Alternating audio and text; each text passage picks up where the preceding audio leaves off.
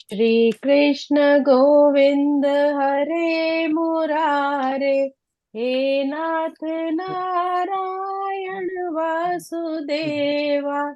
श्री कृष्ण गोविंद हरे मुरारे, हे नाथ नारायण वासुदेवा। पित मात स्वामी सखा हमारे, हे नाथ नारायण वासुदेवा। श्री कृष्ण गोविंद हरे मुरारे, हे नाथ नारायण वासुदेवा। श्री कृष्ण गोविंद हरे मुरारे, हे हे नाथ नाथ नारायण नारायण वासुदेवाय। वाह। बोलो बांके बिहारी लाल की जय। जय जी जय। वसुदेव सुतं देवं कंस चाणूरमर्दनम्, देवकी परमानन्दं कृष्णं वन्दे जगद्गुरुम्। कृष्णं वन्दे जगद्गुरुम्। ॐ श्री परमात्मने नमः। श्रीमद्भगवद्गीता अथ तृतीयोऽध्यायः। वाह जी, बहुत सुंदर। अपना संगीता जी, ये जो पहले आप श्लोक पढ़ते हैं उसका भी मतलब बता दिया करो कभी कभी। ये हाँ जो जी, पहले उसका मैं एक दो जो बताती हूँ। पढ़ते हैं ना। हाँ, हाँ जी, बहुत ये सुंदर। प्रणाम है, स्तुति है। वसुदेव सुतं, हे वासुदेव के सुत पुत्र, वाह। देवता स्वरूप, कंस और चाणूर जैसे राक्षसों का वध करने वाले, कंस चाणूर मर्दनम मतलब उनका वध करने वाले, देवकी परमानंदम देवकी के परम आनंद के स्वरूप, कृष्ण हे कृष्ण, वंदे जगत गुरु आपको मेरा प्रणाम है। इस जगत के आप परम पिता परमेश्वर हैं, आपको मेरा प्रणाम है। वाह वाह, बहुत सुंदर। जय। प्रणाम है भाई, जब ये प्रणाम। अध्याय शुरू किया जाता है तो उनकी वंदना से किया जाता है, तो इसलिए ये श्लोक पढ़ा जाता है। बहुत सुंदर। हाँ जी, तो कल हमने श्लोक श्रवण किए थे 20 तक। बहुत सुंदर श्लोक है 20। आज थोड़ा सा उसके बारे में दोबारा और थोड़ा गहराई में आज उसका समझने का प्रयास करेंगे। हाँ। कर्मणैव हि संसिद्धिम् आस्थिता जनकादयः, लोक संग्रहमेवापि संपश्यन् कर्तुमर्हसि। ये बहुत ही सुंदर श्लोक है जिसमें भगवान कृष्ण अर्जुन को बता रहे हैं जनक कैसे राजा हुए। तो अच्छा। कर्तव्य बोध के बारे में ही बता रहे हैं कि जनक के जो बहुत कम लोग ही इसके बारे में उन्हें पता है कि जनक बहुत जो थे स्वरूप प्रसिद्ध व्यक्ति थे। अब मतलब बहुत गूढ़ आत्मज्ञान था उन्हें। भगवान कहते हैं कि अर्जुन, यह मत सोचो कि राज्य चलाते हुए तुम ऐसी परम परम तत्व को नहीं जान पाओगे या उस परम ईश्वर तक नहीं पहुंच सकते। जनक जैसे जो राजा थे, उन्हें तो ज्ञान की परमावस्था प्राप्त करने के बाद भी अपना कर्म नहीं छोड़ा, और लोक हाँ। संग्रह करने के लिए युद्ध तो क्या, राज्य का जो भी कर्म तुम्हें सौंपा जाएगा वो तुम्हें करना ही पड़ेगा। लोक संग्रह मतलब लोगों को इकट्ठा करना, परमार्थ हम्म। के लिए, समाज का कल्याण करना। हम्म। जनक जी यज्ञ मल्लक्य मुनि के पास प्रवचन सुनने के लिए जाते थे। जनक बहुत ही परम ज्ञानी महापुरुष थे, और कभी कभी जब राजा जनक के आने में विलंब हो जाता था तो मुनि उनके लिए प्रवचन रोक कर रखते थे। जो वाह। शिष्य मुनि के आश्रम में साथ रहते थे और प्रवचन सुना करते थे, वो कानाफूसी करने लगे कि राजा जनक है, जनक बहुत बड़े राजा हैं, इसलिए मुनिवर का उनके लिए अलग ही व्यवहार है। मुनि को हाँ जब ये हाँ हाँ। पता चला तो उन्होंने एक प्रसंग की रचना की। एक दिन प्रवचन के मध्य में कोई भागता हुआ आकर बताता है कि बहुत बड़ी अग्नि ज्वाला फैल गई है और सारी मिथिला नगरी उसकी चपेट में आ रही है और सारी हम्म। अग्नि इधर ही आ रही है। ऐसा सुनने के बाद सारे शिष्यगण प्रवचन छोड़कर अपनी अपनी कुटिया की ओर भागे, लेकिन जनक जी नहीं उठे। वाह। यज्ञवल्क्य मुनि ने जनक जी से पूछा, आप नहीं जा रहे? जनक जी ने कहा कि जब मैं यहाँ प्रवचन सुनने आता हूँ तो अपने राज्य का सारा कार्यभार अपने मंत्रियों को सौंप कर आता हूँ। फिर मैं जहाँ रहता हूँ वहीं ही रहता हूँ। मुझे पता क्या है बात। कि मेरी मंत्रणा कार्य करने में कुशल है, मेरे मंत्रीगण बहुत कुशल हैं और वो ये आग बुझा ही लेंगे। हम्म। फिर मुनि ने बताया कि यह प्रसंग उन्होंने केवल परीक्षा लेने के लिए ही रचा था। जनक जी का महत्व, उनकी उच्च अवस्था तब सारे ही शिष्यों के ध्यान में आ गई। मतलब जहां वो बैठते थे कि ध्यान में बैठे हैं तो केवल परमात्मा का सिमरन करना है, और अगर राज्य के लिए बैठे हैं तो राज्य की तरफ ध्यान करना है, मन को इधर उधर भटकने नहीं देना। यहाँ पे वाह। परमात्मा, ये भगवान कृष्ण ये अर्जुन को समझा रहे हैं, अर्जुन के माध्यम से हमें समझा रहे हैं कि जब हमें भी सत्संग में बैठना है तो हमारा ध्यान सत्संग में होना चाहिए, और जब हम घर गृहस्थी के या बाहर के काम करते हैं तो उधर हमारा ध्यान होना चाहिए। हमें अपने मन को एकाग्र करने की कोशिश करनी चाहिए, ये क्योंकि कोई संगीता जी, जरूरी नहीं है। हाँ, ये कौन से ऋषि का क्या नाम जिनसे सुनते थे ये कथा, जनक जी? यज्ञवल्क्य, हाँ जी। याज्ञवल्क्य, याज्ञवल्क्य मुनि। अच्छा, पलक के। वाह। बहुत बड़े वो मतलब महापुरुष, बहुत ही ज्ञानी थे राजा जनक। और अपने राज्य में पता नहीं कितनी बार वो शास्त्रार्थ कराते थे बड़े बड़े विद्वानों को बुला के, जिससे ज्ञान की और परम अवस्था, परमेश्वर चेतना, इन सब के की आत्मा क्या है, परमेश्वर क्या है, इनका उनको ज्यादा से ज्यादा ज्ञान होता रहे। उनकी जो जिज्ञासा थी वो पूर्ण ही नहीं होती थी, क्योंकि जब मनुष्य के अंदर एक ज्ञान के लिए, भूख के लिए कोई वो अंदर से एक हम्म। क्यूरियोसिटी बहुत ज्यादा स्ट्रांग हो जाती है, तो और जब उसको कोई सच्चा गुरु मिलता है ये तभी शांत होती है। तो हम्म। भगवान इसी प्रकार अर्जुन को बताते हैं कि जो राजा होता है उसे सावधानी पूर्वक आचरण करना चाहिए। राजा के आचरण के अनुसार ही प्रजा आचरण करती है। इसलिए जो बड़े होते हैं उन्हें सावधानी से अपना आचरण करना चाहिए। इसलिए अगर तुम युद्ध करोगे तो इससे इसे हिंसा नहीं समझी जाएगी, बल्कि इसे पूरे समाज का कल्याण ही समझा जाएगा, और इसी तरह का अनुसरण फिर आगे के लोग भी करेंगे। अब हम्म। 21वां श्लोक।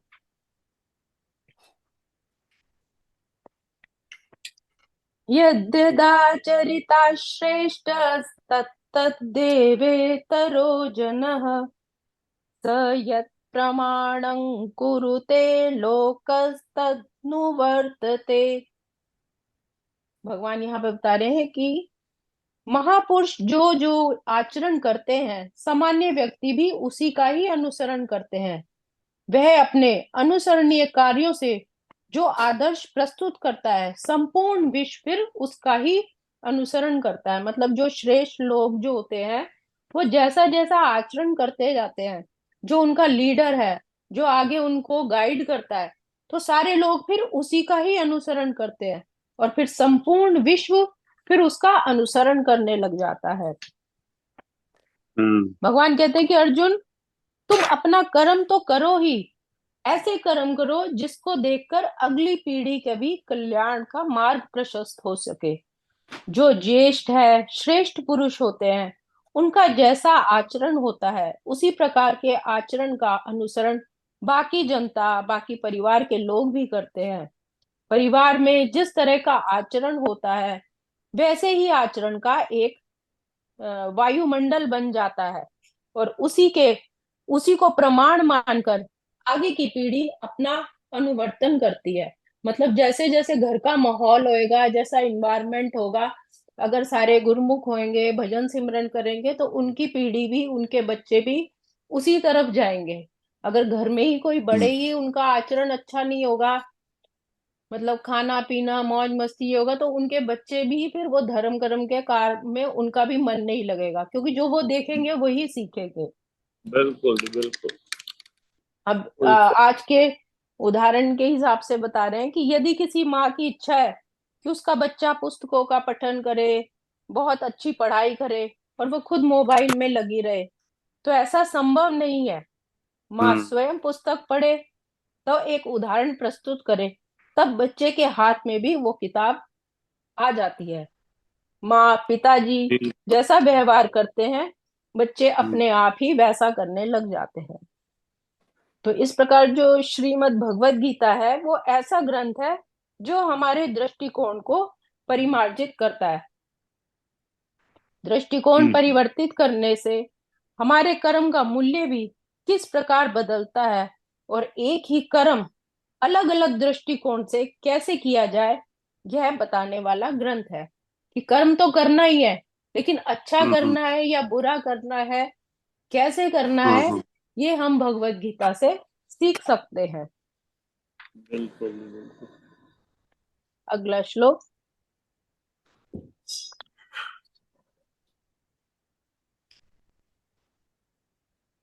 न मे पार्थास्ति कर्तव्यं त्रिषु लोकेषु किंचन, नानवाप्त्यमवाप्तव्यं वर्त एव च कर्मणि।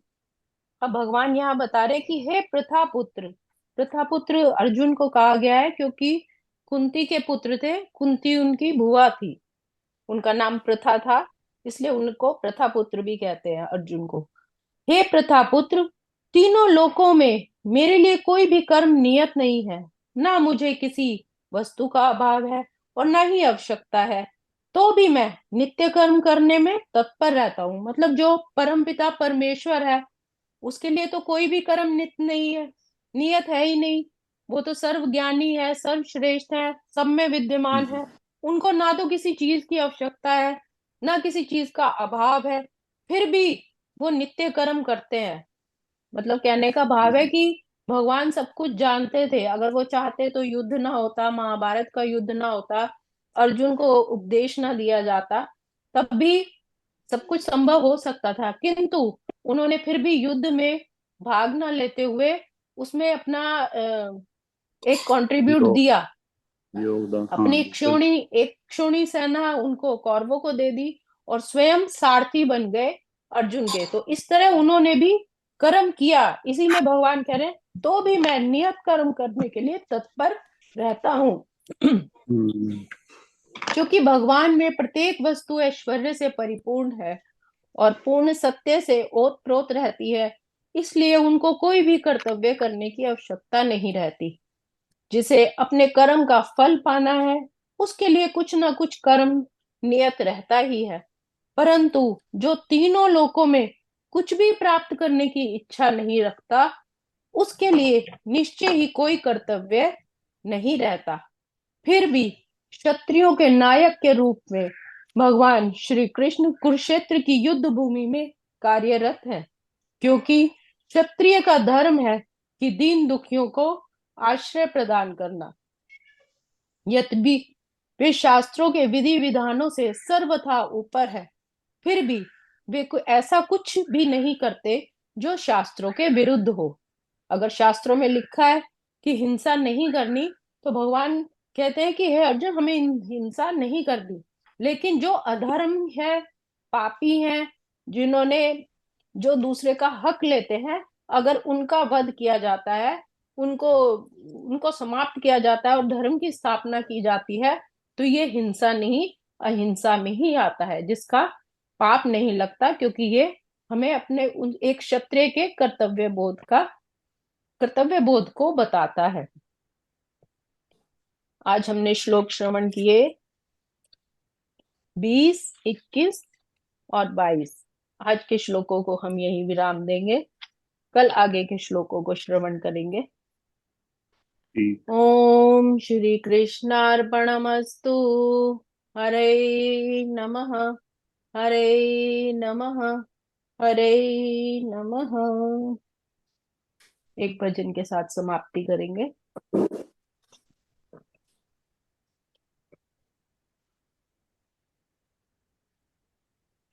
जपा कर सुबह और शाम, जपा कर सुबह और शाम, श्री राम जय राम, जय जय राम, श्री राम जय राम, जय जय राम। यही नाम था जो मीरा ने गाया, उसे विश्व का प्याला नहीं मार पाया।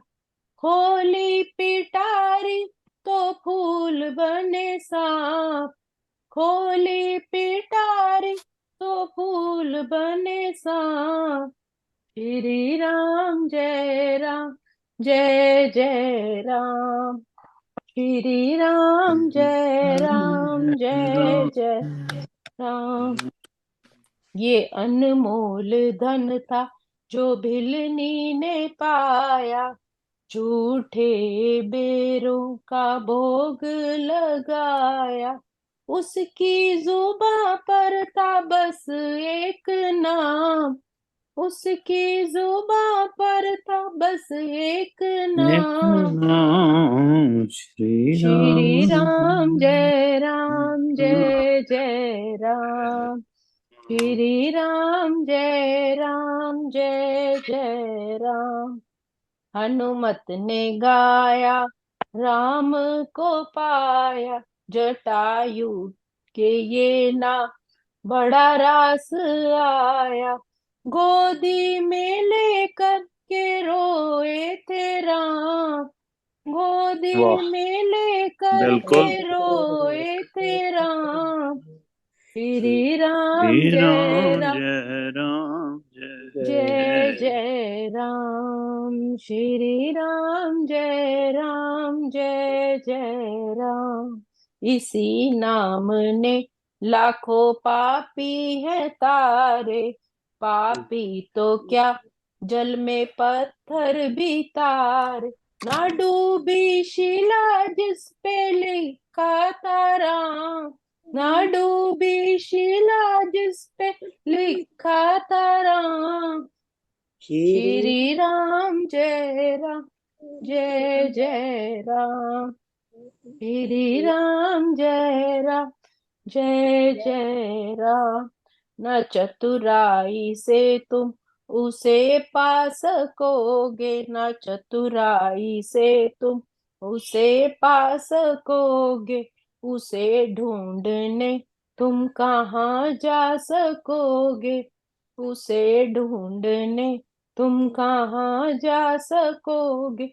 हो केवट सी श्रद्धा तो आएंगे राम, हो केवट सी श्रद्धा तो आएंगे राम, श्री राम जय राम, जय जय राम, श्री राम जय राम, जय जय राम। जपा कर सुबह और शाम, जपा कर सुबह और शाम, श्री राम जय राम, जय जय राम, श्री राम जय राम, जय जय राम, श्री राम जय राम, जय जय राम। जय राम। बोलो सियावर रामचंद्र महाराज की जय, माते बिंदी लाल की जय, जय गुरु महाराज की जय। जय। वाह जी वाह, बहुत सुंदर। धन्यवाद आपका। गीता का ज्ञान आप बांट रहे हैं सब में, तो इसके लिए संगीता जी आपके लिए आपको धन्यवाद, आप आज बधाई पूरी के संगत पात्र का बहुत बहुत हैं। हाँ जी। हाँ जी।